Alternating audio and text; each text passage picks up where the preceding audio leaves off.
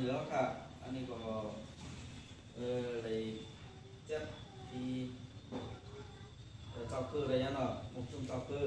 ว่าเจ้าคือในอุปสรรคเจ้าคืออันนี้ในที่หมายเสี้ยวเสียงเจ้าคือนี่เลย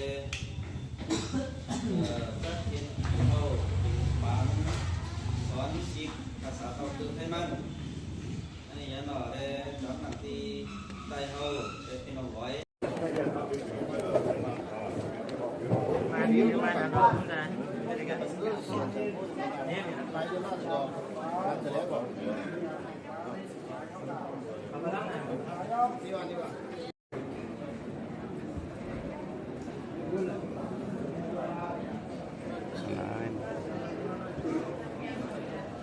เรามาเข้าฟังผมเป็นวัฒนธรรมมีหลายภาษาเฮามีฟังผมได้ลงการตัวเฮาผู้ปกผู้ปนสังฆะหมายสีค่ะเด้อแล้วก็มีการสร้างต่อที่ไหนซับเรื่องแก้ไขสืบต่อไปครับมาสามัคคีพร้อมเป็นกันค่ะ